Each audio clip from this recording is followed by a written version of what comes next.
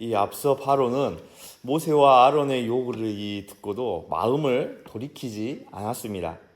오히려 이 이스라엘 백성들에게 짚은 주지 않으면서 벽돌수는 그대로 채우라고 명령합니다. 이 하나님의 말씀을 전했는데 이 형편이 나아지기는커녕 이 백성의 고통이 더 깊어진 것이죠. 오늘 본문은 바로 그 다음 장면이 지금 이야기되어지고 있습니다.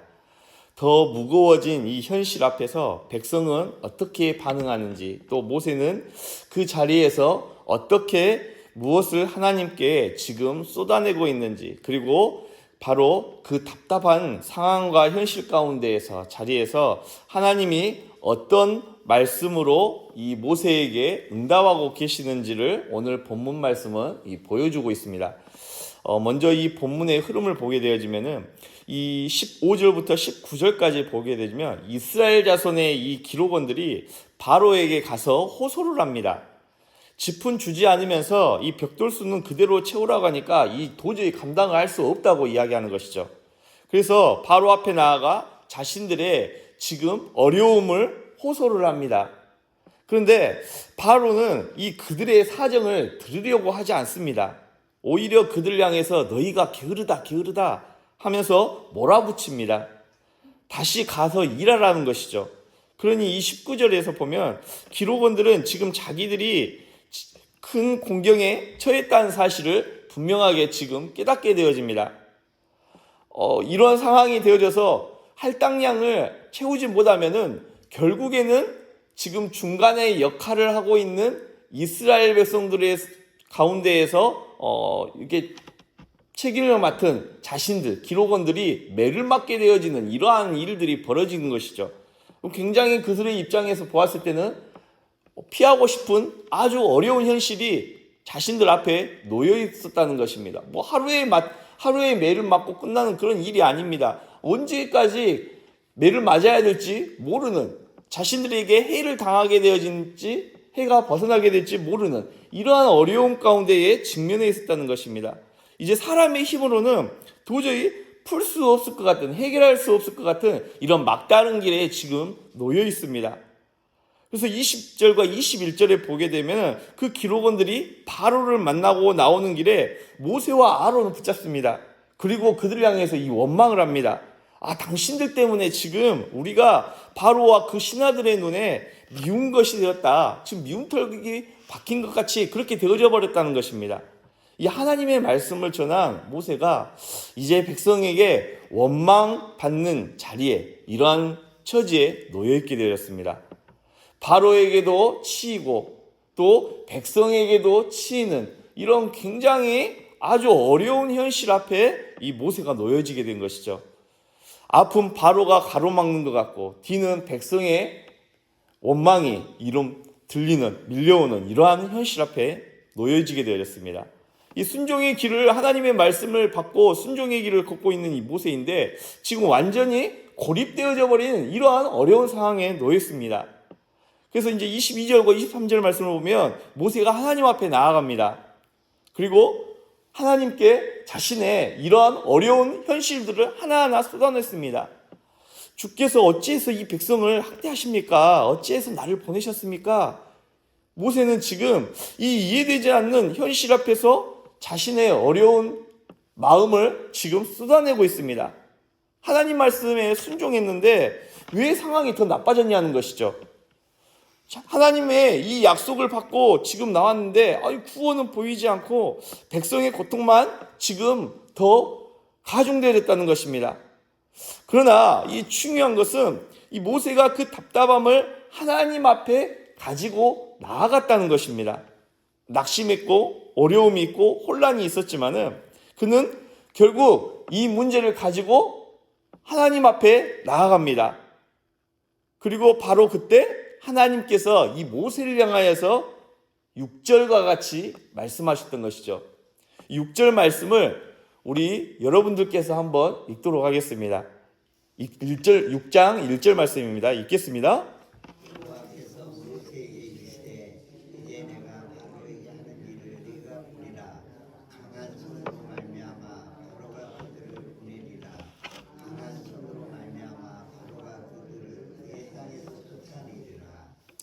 아멘. 지금 이 1절 말씀이 오늘 본문 말씀의 이 핵심적인 말씀이라고 할 수 있겠습니다. 그리고 여기에서 이 가장 중요한 단어 중에 하나가 바로 이제라는 이 단어인데요. 하나님께서는 지금 상황이 모든 것들 다 해결한 다음에 지금 1절과 같이 모세에게 말씀하신 것이 아닙니다. 백성의 원망이 잦아든 뒤에 말씀하신 것도 아닙니다. 또 바로의 마음과 지금 상황이 생각이 누그러진 다음에 말씀하신 것도 아닙니다. 오히려 모든 것이 더 답답해져 버리는, 막혀버린 것 같은 바로 그때에 하나님께서는 지금 모세를 향하여서 이제라고 말씀을 하고 계십니다. 이때가 어떤 때이냐면 사람은 이제 끝났다, 모든 것들이 불가능하다, 해결점이 보이지 않는다 라고 생각하는 그때에 하나님께서는 지금 모세를 향하여서 이제 내가 일하겠다 라고 말씀하고 계시는 것입니다.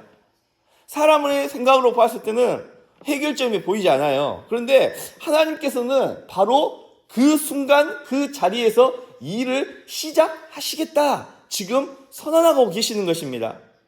모세는 아마 이 말씀을 받기 전에 이 말씀 받으면서 기대했을 것입니다. 아니, 하나님께서 지금 우리를 보내셨으니까, 나를 보내셨으니까 바로가 어느 정도는 마음과 생각을 달리 할 줄 이전에 생각을 했을 줄 모릅니다.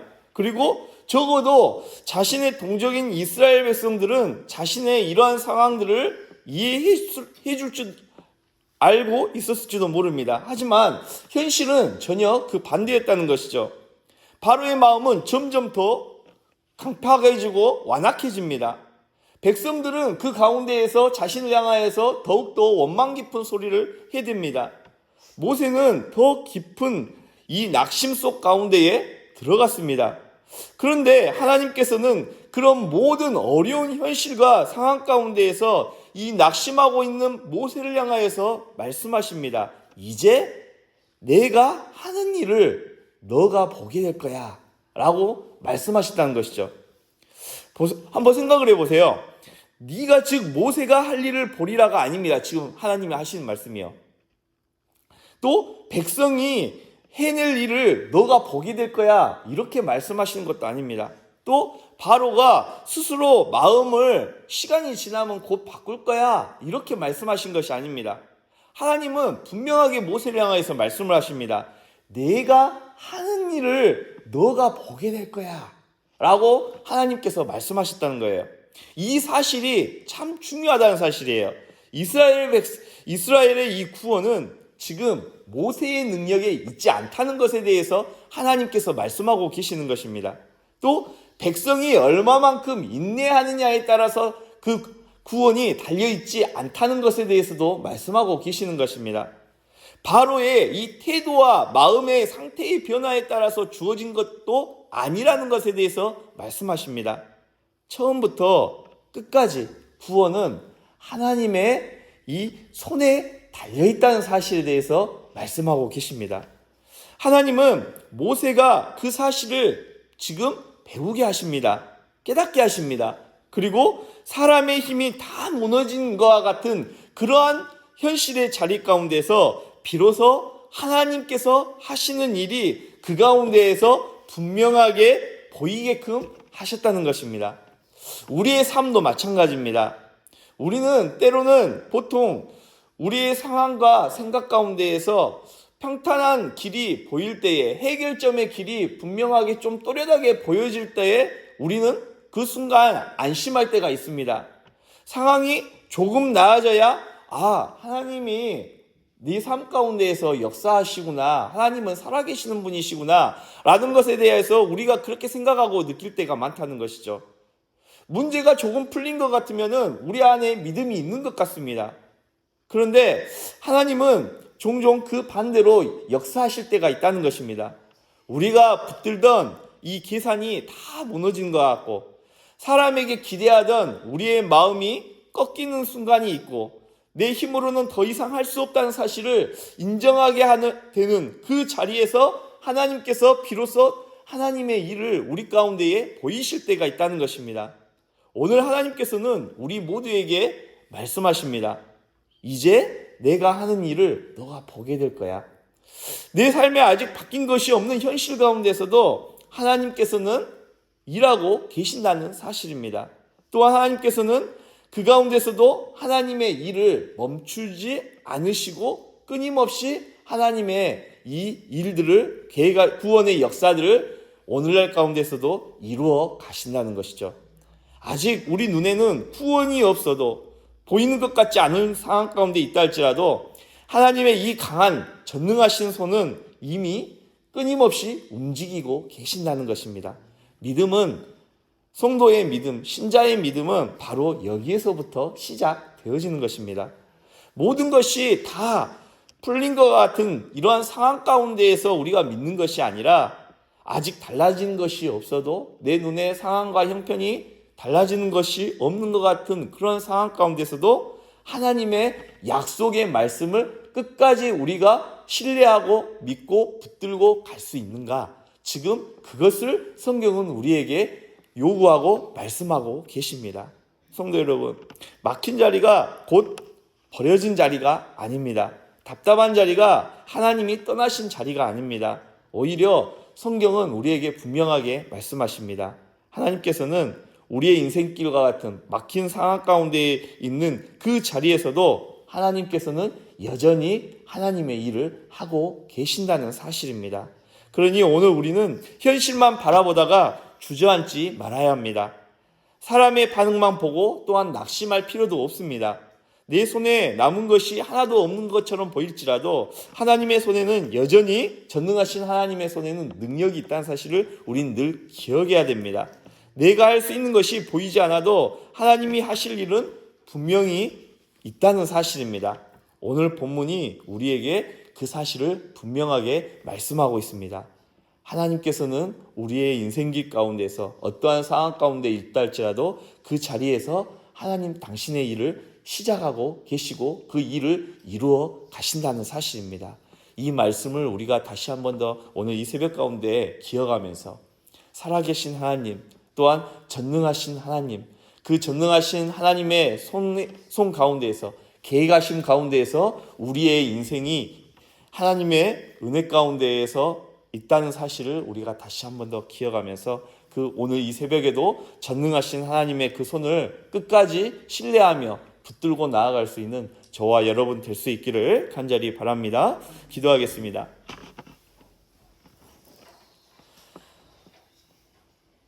하나님 아버지, 오늘 말씀을 통하여서 우리의 삶의 자리에서 여전히 일하고 계시는 주님을 우리가 바라보게 하여 주시니 참으로 감사합니다.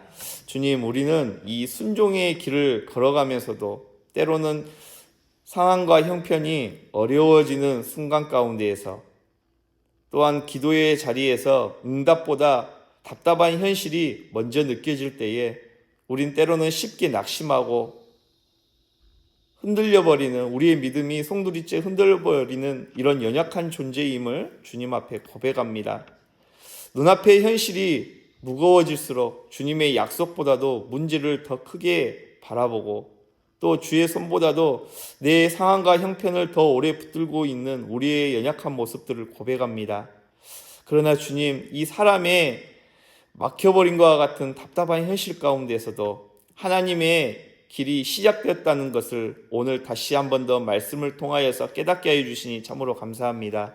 모세에게 이제 내가 하는 일을 네가 보게 되리라고 말씀하셨던 주님, 우리에게도 그 믿음을, 그 하나님의 약속의 말씀을 끝까지 신뢰하고 믿을 수 있는 귀한 믿음을 우리 가운데 허락하여 주시옵소서. 상황이 달라져서 하나님을 신뢰하고 믿는 것이 아니라 주께서 말씀하셨기에 어떠한 상황 가운데서도 하나님을 신뢰하고 붙들 수 있는 믿음을 우리 가운데 허락하여 주시고, 눈에 보이는 문이 열려서 우리의 마음과 심령이 안심하는 것이 아니라 보이지 않는 가운데서도 일하시고 계시는 살아계신 하나님을 끝까지 믿고 의지할 수 있는 신실한 믿음을 우리 가운데 허락하여 주시옵소서. 우리의 마음과 믿음이 무너지는 상황 가운데서도 끝까지 하나님의 말씀을 붙들고 하나님의 그 말씀 앞에 붙들려서 흔들리지 않는 자들이 되게 하시고, 사람의 원망과 현실의 무게 앞에서 지칠 때에 하늘의 위로로 다시 한 번 더 우리가 믿음 가운데 일으켜지는 그런 귀한 은혜가 임하여 줄 수 있도록 인도하여 주시옵소서.